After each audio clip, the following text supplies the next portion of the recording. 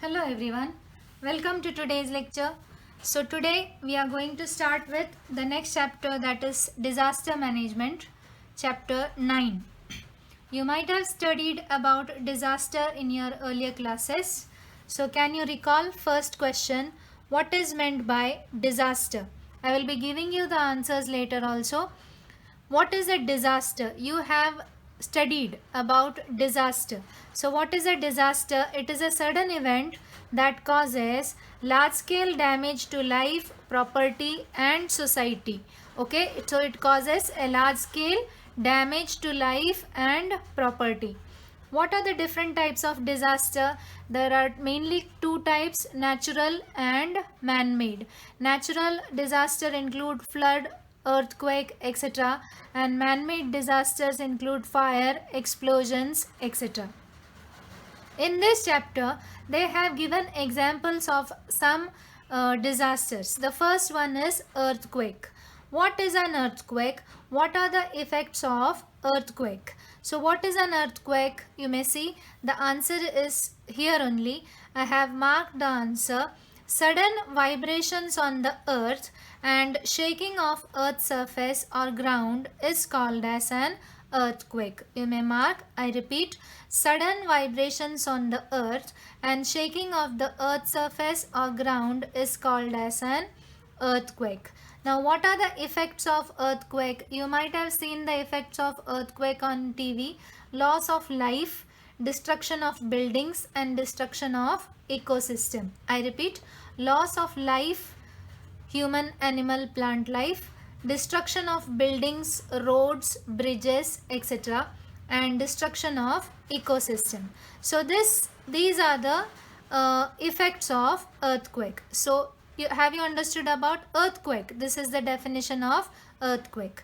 Now what happens during an earthquake? These cause seismic waves leading to the movements of the earth's surface like tremors, shaking, or it goes up and down.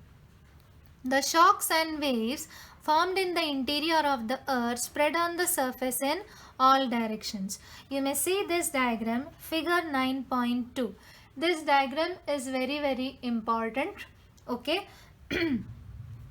You will be given the diagram and the questions will be asked. You may see in the diagram they have shown a red colored point, that is the focal point.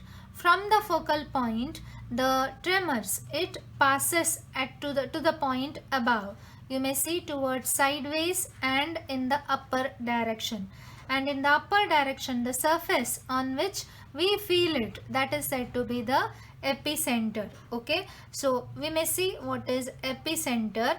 Shocks occurred due to an earthquake can be mild or intensified. On the earth, mild earthquakes occur in larger number than the intensified or runners. Every day earthquakes are noticed at some or the other places on the earth. Okay, I left this paragraph.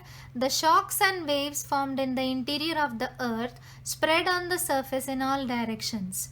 The central point of the earthquake is the point above the epicenter. That is what I was talking about. The central point of the earthquake is the epicenter, above the epicenter of the earth. Strong convulse or waves at first reach at the epicenter, therefore major loss occurs to that area. So the major loss occurs at the epicenter and then it goes on decreasing towards the radius. Okay. Now the last paragraph.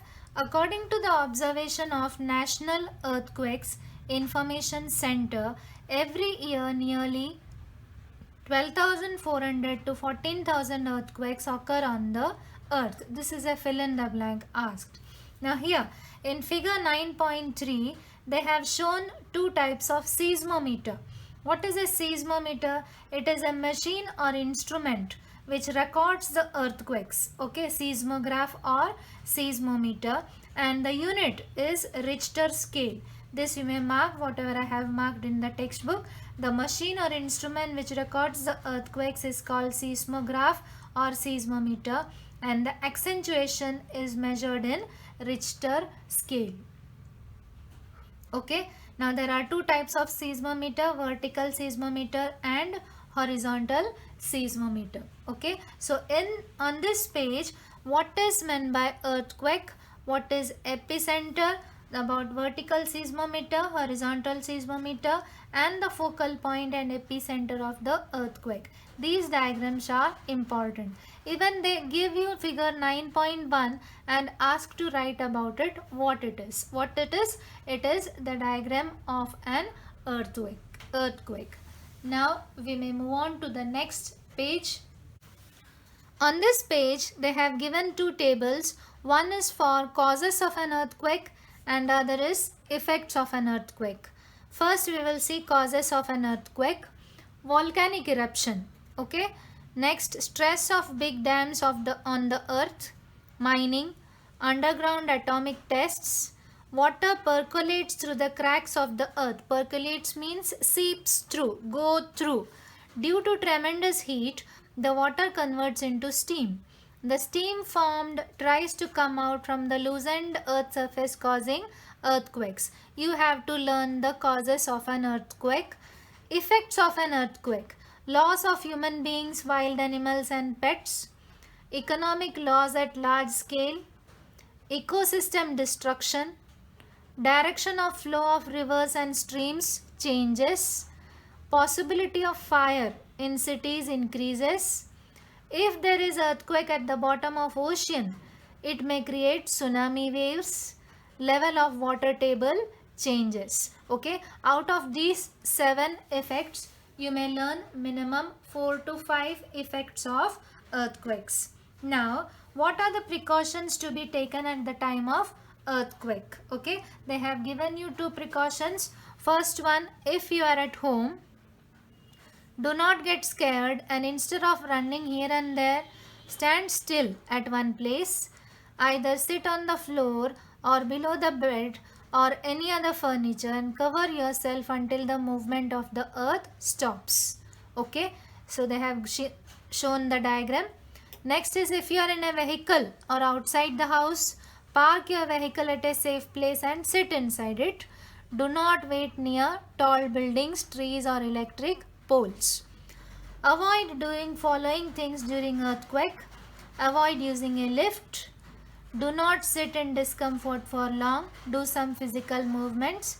After the earthquake, there is possibility of fire.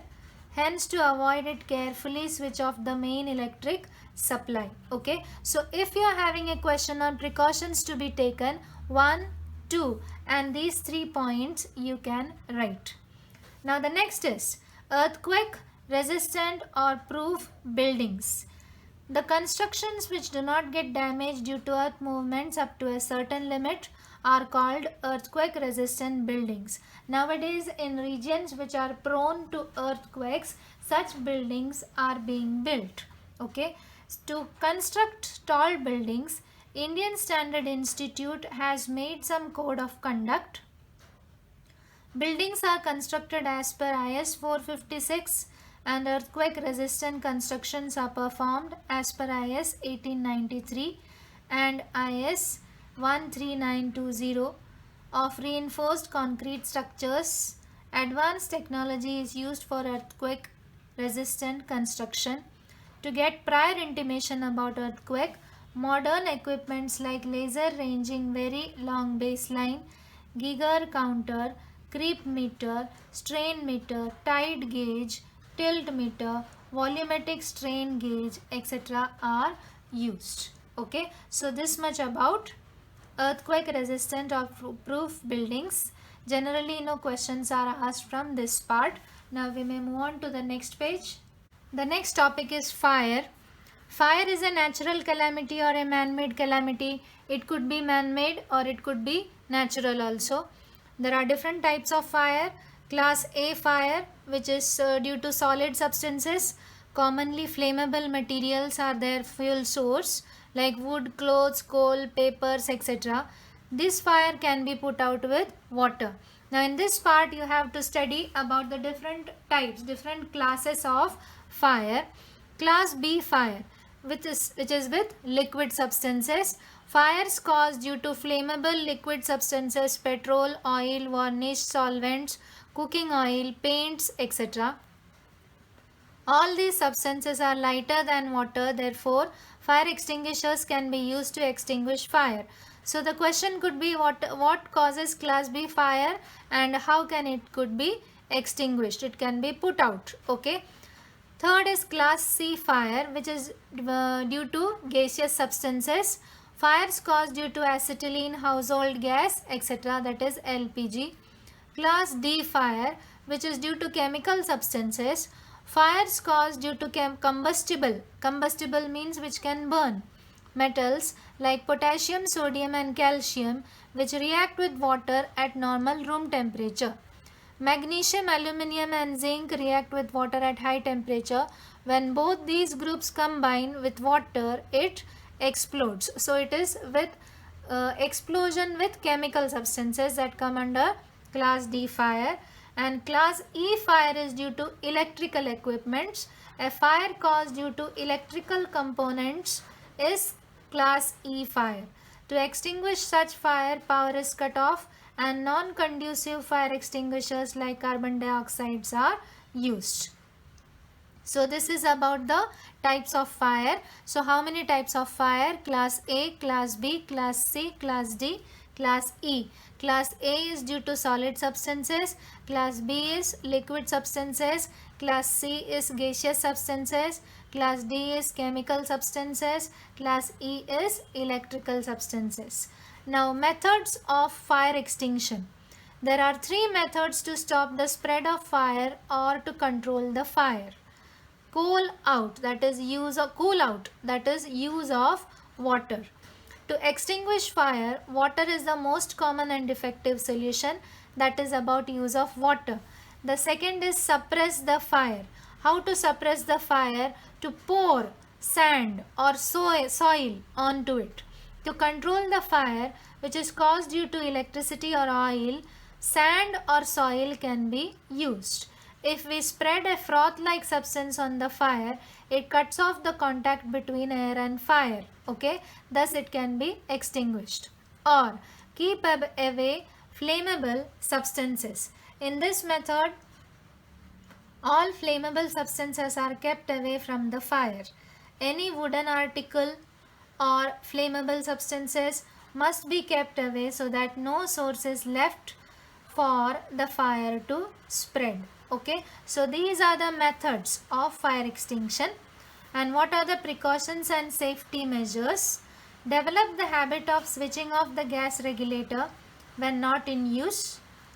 To make others alert and call them, you may shout loudly. Call fire brigade. Provide information on how to use fire extinguishers and the information about first aid. So this is about fire. So this is for today. You may read the textbook. If you are having any doubts, you may ask. Okay, thank you.